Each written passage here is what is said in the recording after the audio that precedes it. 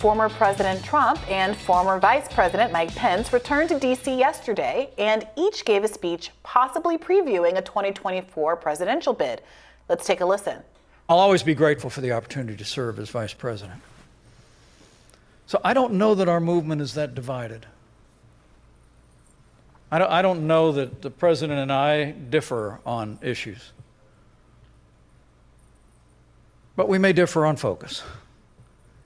I truly do believe that elections are about the future, and that it's absolutely essential at a time when so many Americans are hurting, so many families are struggling, that we don't give way to the temptation to look back. We're living in such a different country for one primary reason. There is no longer respect for the law, and there certainly is no order. Our country is now a cesspool of crime. We have blood, death, and suffering on a scale once unthinkable because of the Democrat Party's effort to destroy and dismantle law enforcement all throughout America. It has to stop, and it has to stop now.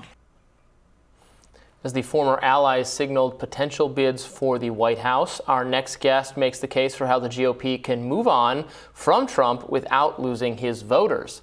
Frank Buckley is the author of the Republican Workers' Party and Scalia Law School Foundation professor at George Mason University. Welcome to Rising. Thank you for having me. Yeah, thanks for joining us. So it's an interesting question. It's something a lot of people have tried to take a stab at. Is it possible to have Trumpism without Trump? Is it possible for whatever the Republican Party has evolved into under this man to continue to be successful while separating itself, from someone who is very backward-looking, is very grievance-focused, and wants to relitigate the previous election when so many other Republicans obviously want to talk about the future? So what do you think is the strategy? Well, I agree totally with Mike Pence that it's important to look to the future. And if you look to the future, to 2024, I think what you're not doing is looking to the fellow who lost in 2020. Trump lost in a big way in 2020, and I think would do so again in 2024. But what you don't want to do is say goodbye to the people that Trump brought to the party. And so the trick, I think, is to perhaps help nudge him away by convincing his voters that you haven't given up on his message, right? So what we don't want, I think, is a snapback to the old GOP, the GOP of Mitt Romney, the GOP of, kind of orthodox right-wing economics. We want a free market system. We want a capitalist system, but we also want the kind of system that's going to make sure that people aren't left behind. And that was what was behind Trump in 2016. I can say that because I was there and helped craft the message and write speeches and so on, right? So that's not all that hard, right? Of course, the trick is trying to come up with somebody who's going to be able to articulate that. And I like Mike Pence a great deal, but part of me as a boomer wishes for Joni Summers. You won't remember it. Johnny get angry, Johnny get mad. Okay. So, I'd like somebody who could convey that kind of passion, right? And at the same time say, look, you guys, this is a different party. And in the same way that we had your interest at heart in 2016, we have your interest at heart in 2024. And we're doing it without the baggage that would turn off so many voters, who really won't forgive Trump for what happened on January 6th. So that can be done, and there are certainly people who can do it. Professor Buckley, help us understand, what are the parts of Trumpism, in your view, that should be maintained? What are the things that you think really did bring people into the party that are also worth keeping? Because there is an argument that some liberals might say that some of the stuff that brought people into the party was the same stuff that is causing some traditional Republicans to be frustrated with Donald Trump. That kind of fearlessness and willingness to back down, the kind of guy who would allegedly lead a march on the Capitol is exactly what is so appealing to some cohort of voters. And I wonder how you see negotiating that specifically. What are the maybe populist elements that you want to bring forward? You say that people were attracted to Donald Trump because they were concerned that the old Republican Party might have left people behind. But are there concrete policy suggestions that would help people believe that the new Republican Party, the forward Republican Party, would follow through on some of those promises and deliver it into something more than rhetoric? And is that going to be enough if you drop some of the rhetorical points that, again, I think really were appealing to some folks? Well, certainly it can be done. And I wrote a book on the subject that just appeared. It's called Progressive Conservatism. And what I do is I tie this back historically to what the GOP was, the party of Lincoln, of Teddy Roosevelt, and Dwight Eisenhower, right? And that was a party which more closely resembled Trump's party than, say, Mitt Romney's party, right? So, partly this is going to be a matter of avoiding what had become of the GOP for 60 years after Eisenhower. And, so what are we talking about? We're talking about kind of a minuscule part of the Republican Party, the Libertarian element of it, which, constitutes about 3% of the voting populace and no more than that. And they're not even particularly Republican. Sadly, in my view, but yes. Yeah, okay. Well, those people, 3.5% of the voters in 2016, and they split their vote evenly between Hillary Clinton and Donald Trump. And do we care about them? And the answer is no. What we do care about is the kind of policies that will attract most Americans. And, again, I went into great detail in my book, but there are a lot of things, mostly sticking it to the left over horrible policies they have. There's some talk right now about structural racism, but the interesting question is who built the structure?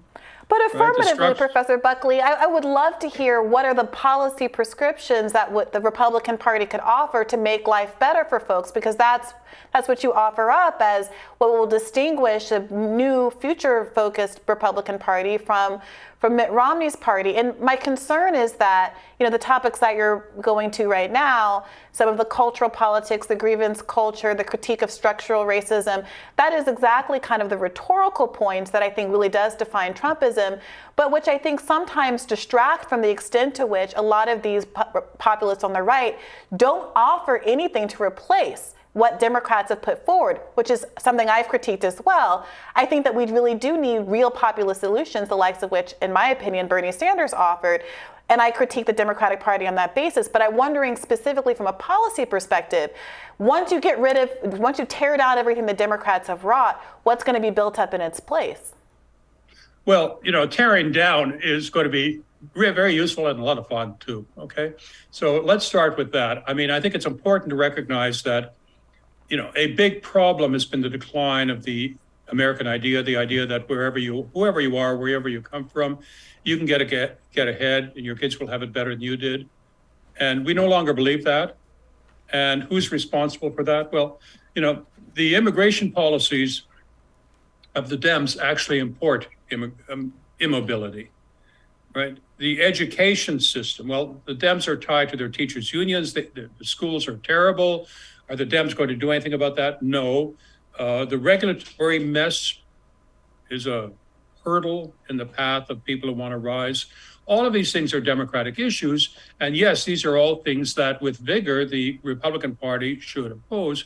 But progressive conservatism, the tradition of Lincoln and Teddy Roosevelt and Eisenhower, would also mean things that may look more progressive. And I'll give you one example.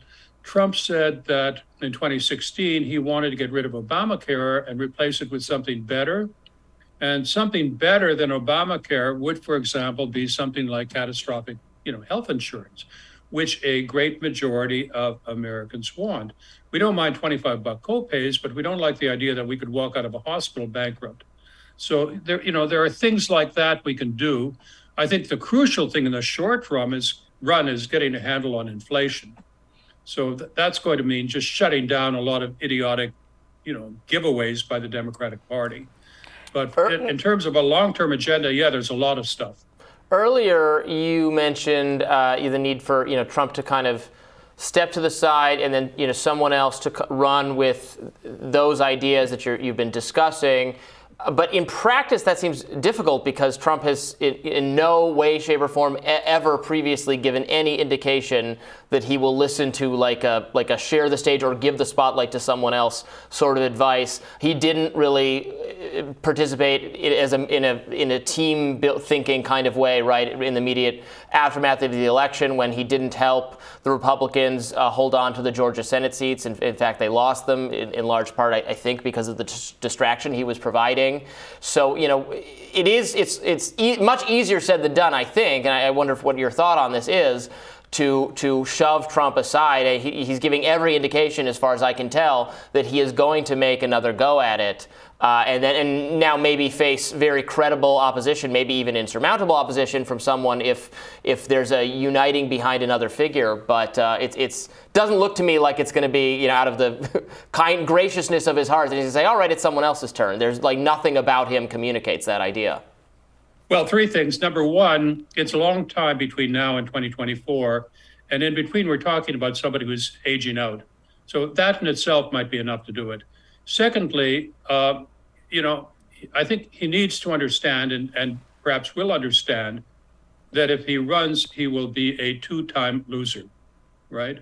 That he won't win. He might, even if he got the nomination, no way, I think, would he win an election. And that's got to do something for him. And thirdly, look, if he can find a credible replacement to anoint, somebody who says, look, I will carry on the Trump agenda as it was in 2016. It didn't happen. It didn't happen because he got opposition from, 2 years of Democratic craziness and paranoia over, a Russian collusion hoax.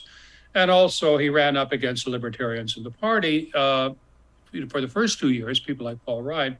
So if you get somebody who says, look, it's not going to be like that. It's going to be a different party. It'll be a Trump-like party without Trump. And we're going to put into effect all of the things you want. And we'll give you an honored place at the, at the convention in 2024. All of that are the sorts of things which might persuade him to drop out. But then again, as you've suggested, we're talking about an extreme narcissist. So would that be enough? I don't know. I'm just saying, look, it's time for the people who supported Trump to ask themselves, how come the Democrats are supporting pro-Trump candidates in the primaries? What do they know? Are they being crazy? I don't think so. Well, why do you think that Democrats are supporting pro-Trump candidates in the primaries? Because they're easy defeats.